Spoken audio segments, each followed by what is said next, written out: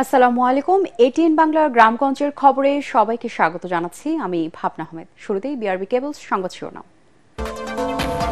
পতিত আওয়ামী লীগ সরকারের দোসররা বিপুল অর্থ খরচ করে দেশের আইন শৃঙ্খলা পরিস্থিতি অবনতির চেষ্টা করছে রাজশাহীতে, বললেন আইন উপদেষ্টা। নির্বাচিত সরকার দায়িত্ব না নেওয়া পর্যন্ত অতিরিক্ত বল প্রয়োগ না করে সেনা সদস্যের ধৈর্যের সাথে দায়িত্ব পালনের নির্দেশ সেনাবাহিনী প্রধানের। দেশকে খাদের কিনারা থেকে তুলে আনতে যে কোনো মূল্যে গণতন্ত্র ও ভোটাধিকার পুনঃপ্রতিষ্ঠা করতে হবে, খুলনা মহানগর বিএনপির সম্মেলনে তারেক রহমান। সঠিক চর্চা ও সংরক্ষণের অভাবে হারিয়ে যাচ্ছে সমতল আদিবাসীর মাতৃভাষা। নিজস্ব বর্ণমালার বই না থাকায় ভাষা বিলুপ্ত হবার আশঙ্কা বিশ্লেষকদের। এবং ময়মনসিংহের ব্রহ্মপুত্র নদের তীরে হয়ে গেল ব্যতিক্রমী বিড়াল প্রদর্শনী, সন্তানদের মোবাইলের আসক্ত থেকে ফেরানোর প্রচেষ্টা আয়োজকদের। শুনছিলেন বিআরবি কেবলস সংবাদ শিরোনাম, এবারে বিস্তারিত।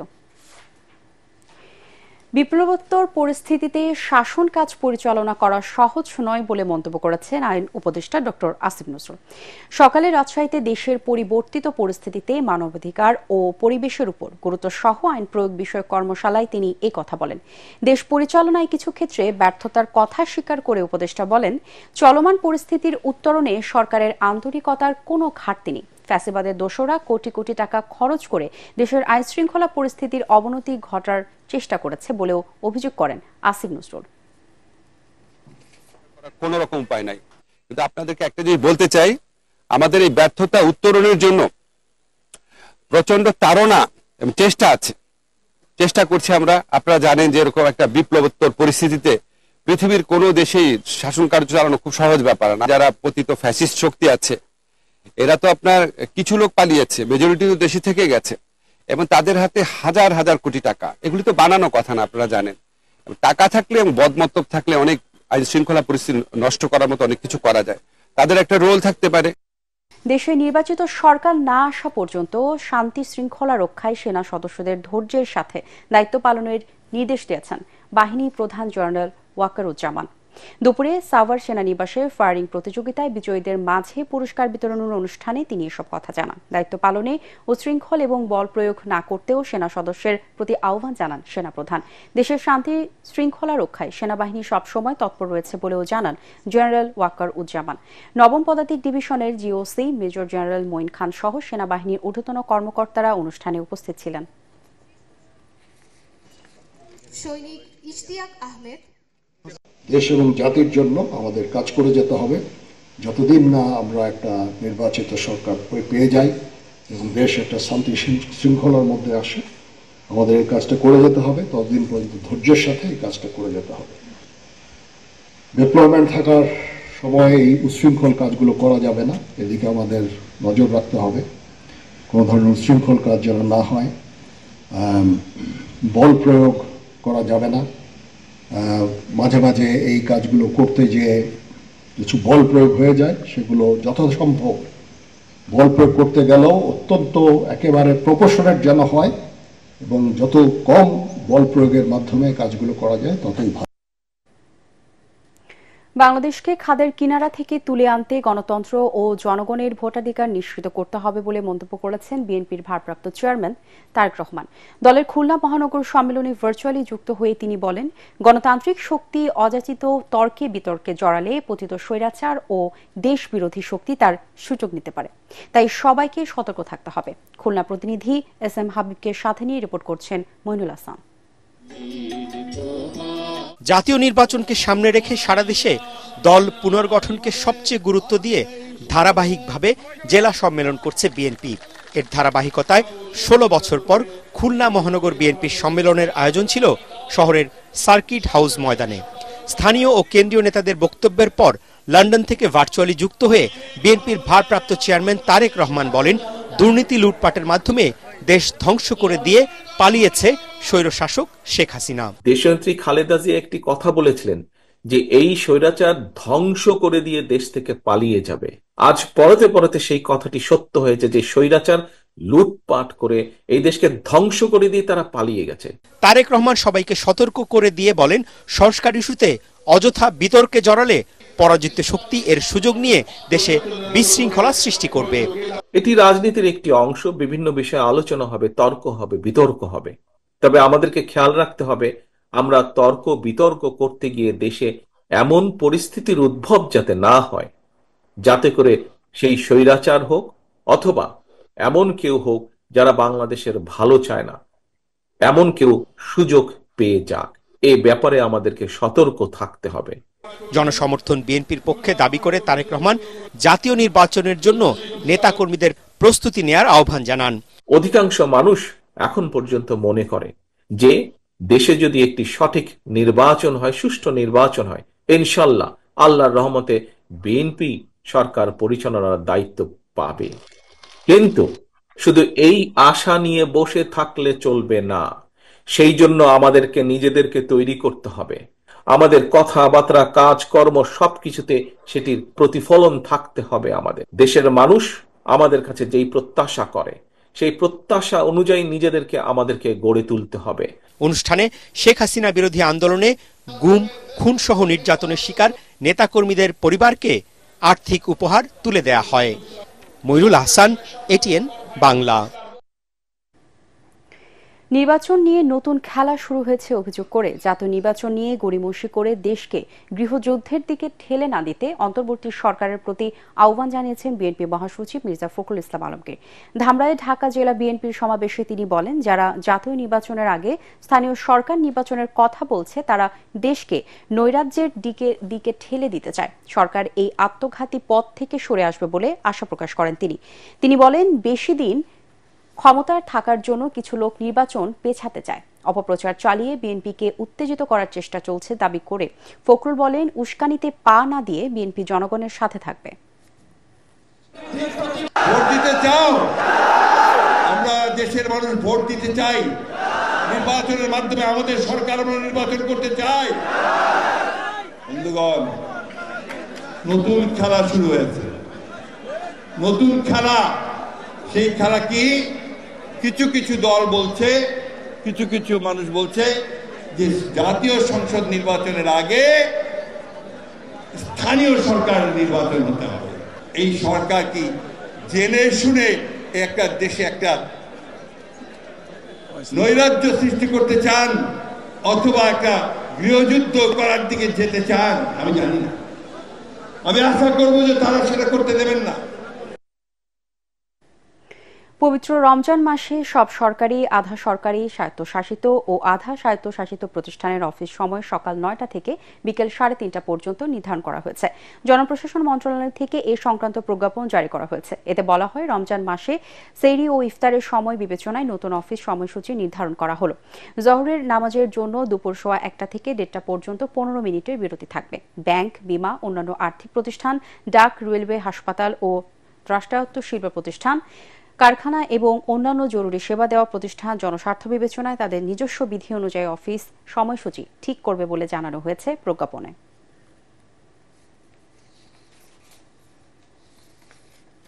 কর্তৃপক্ষের আশ্বাসে ৮ ঘণ্টা পর গাজীপুরে রেললাইন অবরোধ কর্মসূচি প্রত্যাহার করেছেন শিক্ষার্থীরা। এর আগে বিশ্ববিদ্যালয়ের নাম পরিবর্তন করে বাংলাদেশ ডিজিটাল ইউনিভার্সিটি নামকরণের দাবিতে সকাল ৯টা ২০ দিকে কালিয়াকৈর উপজেলার হাইটেক রেল স্টেশনের সামনে রেল লাইন অবরোধ করেন তারা। এতে উত্তরবঙ্গের সাথে ঢাকার রেল যোগাযোগ বন্ধ হয়ে যায়। শিক্ষার্থীরা জানান, বঙ্গবন্ধু ডিজিটাল ইউনিভার্সিটির নাম পরিবর্তন করে গাজীপুর ডিজিটাল ইউনিভার্সিটির নামকরণ করা হয়েছে, তবে তাদের এ নাম পছন্দ হয়নি। তাদের দাবি, বিশ্ববিদ্যালয়ের নাম বাংলাদেশ ডিজিটাল ইউনিভার্সিটি রাখতে হবে। এ দাবিতে কয়েকদিন আগে বিক্ষোভ ও মানববন্ধন করেন শিক্ষার্থীরা।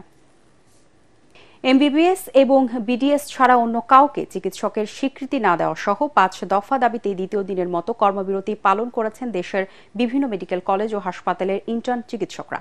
এতে ব্যাহত হচ্ছে চিকিৎসা সেবা। চট্টগ্রাম মেডিকেল হাসপাতালের পরিচালক জানান, ইন্টার্ন চিকিৎসকদের কর্মবিরতির কারণে চিকিৎসা ব্যবস্থা কিছুটা ব্যাহত হলেও ডাক্তার নার্সদের বাড়তি ডিউটির পাশাপাশি স্থায়ী চিকিৎসকদের সঙ্গে উচ্চতর কোর্সে অধ্যয়নরত চিকিৎসকরা সেবা নিতে যাচ্ছেন। ময়মনসিংহে সরকারি বেসরকারি মেডিকেল কলেজের শিক্ষার্থীরা ক্লাস পরীক্ষা বর্জন করে এই কর্মসূচি পালন করছেন। দুপুরে ময়মনসিংহ মেডিকেল কলেজ গেটের সামনে থেকে বিক্ষোভ মিছিল বের করেন তারা। পরে হাসপাতালের পরিচালক বরাবরে স্মারকলিপি দেন শিক্ষার্থীরা। রংপুরে মেডিকেল কলেজ হাসপাতাল এবং অন্যান্য বেসরকারি হাসপাতালের চিকিৎসকরা এই কর্মসূচি পালন করছেন। সকালে কর্মবিরতি চলাকালে হাসপাতালের বাইরে বিক্ষোভ প্রদর্শন করেন চিকিৎসকরা। যশোরে কমপ্লিট শাটডাউন ও বিক্ষোভ সমাবেশ করেন যশোর মেডিকেল কলেজ ও হাসপাতালে ইন্টার্ন চিকিৎসক ও সাধারণ শিক্ষার্থীরা। এ সময় দাবি আদায় না হওয়া পর্যন্ত যশোর মেডিকেল কলেজের ক্লাস পরীক্ষা সহ সকল একাডেমিক কার্যক্রম বর্জনের ঘোষণা দেওয়া হয়।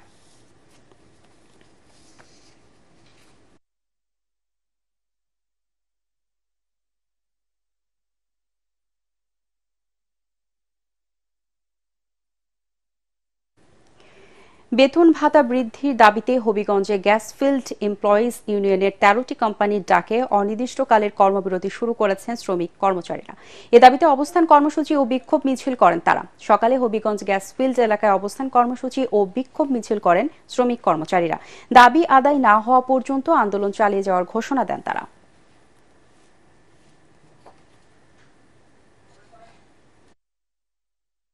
কুষ্টিয়া জেলা আইনজীবী সমিতি নির্বাচনকে কেন্দ্র করে আদালত চত্বরে হামলা ও ভাঙচুরের ঘটনা ঘটেছে।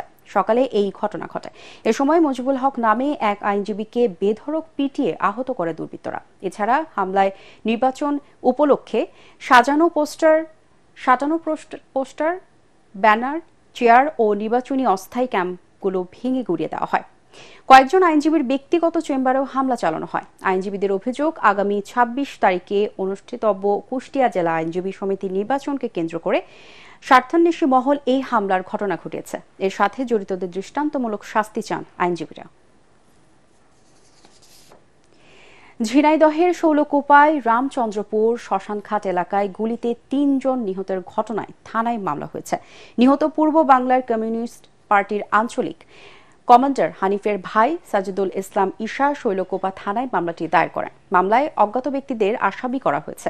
গত 21 ফেব্রুয়ারি রাতে পূর্ব বাংলার কমিউনিস্ট পার্টির আঞ্চলিক কমান্ডার হরিণাকুণ্ডর আহাদনগর গ্রামের হানিফ, তার শ্যালক শ্রীরামপুর গ্রামের লিটন ও কুষ্টিয়ার পিয়ারপুরের রাইসুল ইসলাম নিহত হন। পরে হত্যাকাণ্ডের দায় স্বীকার করে জাসদ গণবাহিনী নামে একটি সংগঠন এই ঘটনায় জড়িতদের ধরতে অভিযান চালাচ্ছে পুলিশ।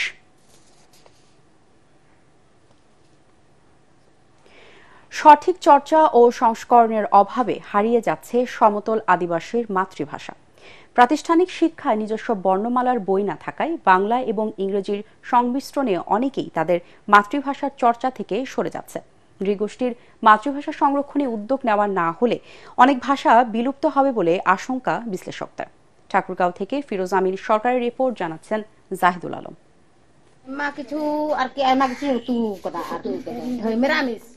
ঠাকুরগাঁওয়ের ক্ষুদ্র নৃগোষ্ঠীর শিশুরা লেখাপড়া করছে বাংলা ভাষায়, কারণ তাদের অনেকেরই নিজস্ব ভাষায় নেই কোনো বই।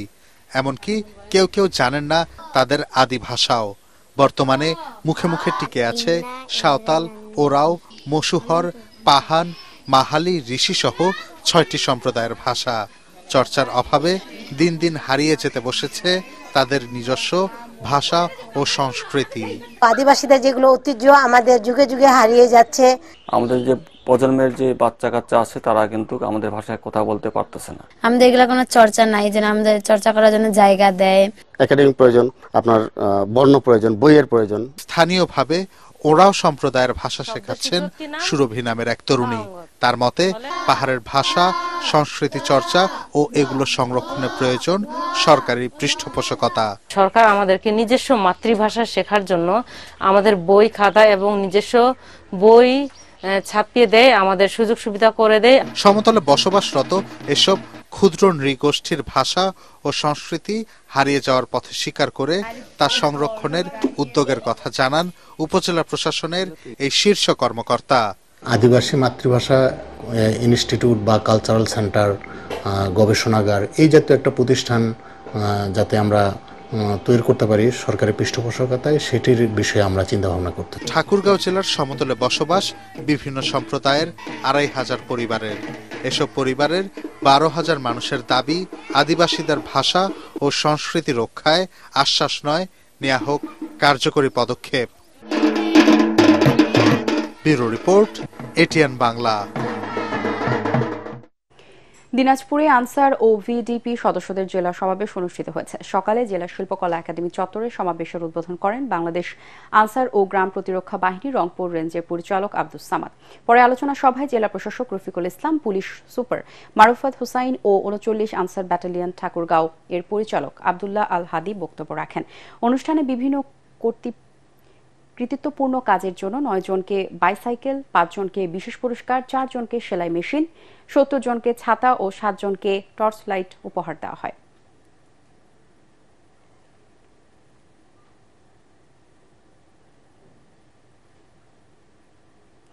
সন্তানদের মোবাইলের আসক্তি থেকে ফেরাতে ব্যতিক্রমী এক প্রদর্শনী হয়ে গেল ময়মনসিংহে। শিক্ষা ও সংস্কৃতির শহরটিতে প্রথমবারের মতো আয়োজন করা হয় দেশি বিদেশি নানা প্রজাতির বিড়ালের প্রদর্শনী। এতে রং বেরঙের শতাধিক বিড়াল নিয়ে অংশ নেন বিড়াল প্রেমীরা। প্রযুক্তির সাথে সন্তানদের মোবাইল সহ অন্য ডিভাইসে আসক্ত না করে লেখাপড়ার পাশাপাশি জীবে প্রেম শেখাতে এই আয়োজন দৃষ্টান্ত হয়ে থাকবে বলে দাবি আয়োজকদের। ময়মনসিংহ থেকে শাহ আলম উজ্জ্বলের পাঠানো তথ্য ছবিতে আরও জানাচ্ছেন শরীফুল ইসলাম।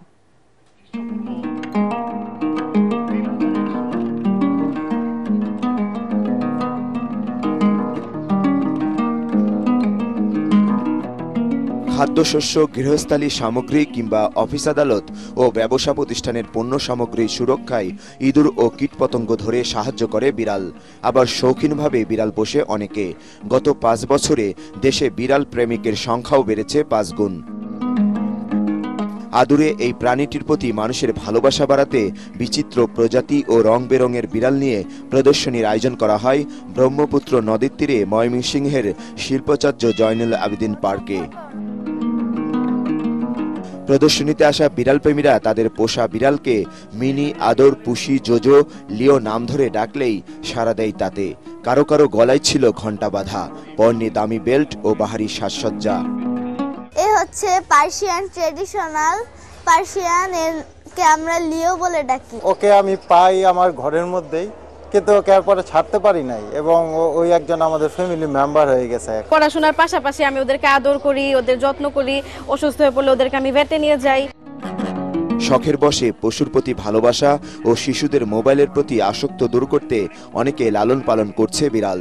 আমরা দিন দিন তো ফোন অ্যাডিক্টেড হয়ে যাচ্ছি, তো আমরা ফোনের প্রতি সময় না দিয়ে যদি আমাদের বিড়ালের প্রতি ভালোবাসা দেখায়, তাহলে এই ভালোবাসাটা কিন্তু ওরাও আমাদেরকে ফিরিয়ে দেয়। ফোনে টাইম নষ্ট না করে আমি বিড়াল পালি শখের বশে। অ্যানিম্যাল বিজ্ঞানীরা জানিয়েছেন বাংলাদেশে 15 প্রজাতির বিড়াল লালন পালন করা হয়। এর মধ্যে দেশি ও সংকর জাতের বিড়াল বেশি। করোনা মহামারীর সময় থেকে বিড়াল পোষার সংখ্যা বেড়েছে বলে জানান তারা। আমাদের সন্তানের মতোই ওরাও, ওদেরকে আমরা লালন পালন করে চিকিৎসা দেই। অ্যাটলিস্ট আমার কোনো মন খারাপ থাকলে সে আমার মন খারাপের সঙ্গী। ওকে আমি বাচ্চার মতো লালন পালন করতেছি, ওকে নিজের সন্তানের মতো দেখি। প্রদর্শনীতে বিড়ালের বিনামূল্যে টিকা ও লালন পালনের পরামর্শ দেওয়া হয়। বিড়াল এবং অন্যান্য পোষা প্রাণীর সঠিক যত্ন নেওয়ার তাগিদ দেন বিশেষজ্ঞ চিকিৎসকরা। চিকিৎসা এবং পরামর্শের জন্য, ইমিউনাইজেশনের জন্য মানে ভ্যাকসিনেশনের জন্য প্রতিনিয়ত বিড়াল নিয়ে যায় আমাদের বাংলাদেশ কৃষি বিশ্ববিদ্যালয়ের যে ভেটেরিনারি টিচিং হসপিটাল আছে। নাগরিক জীবনে ক্ষণিকের স্বস্তি আর বিড়াল প্রেমীদের জন্য বিরল এই আয়োজন বয়ে আনে ভিন্ন এক আনন্দের অনুভূতি। Bureau report, ATN Bangla. পরবর্তী সংবাদ দেখার আমন্ত্রণ জানিয়ে এখনকার মতো শেষ করছি এটিএন বাংলার সংবাদ। ইউটিউবে দেখতে ব্রাউজ করুন youtube/ATN Bangla News। ধন্যবাদ সবাইকে।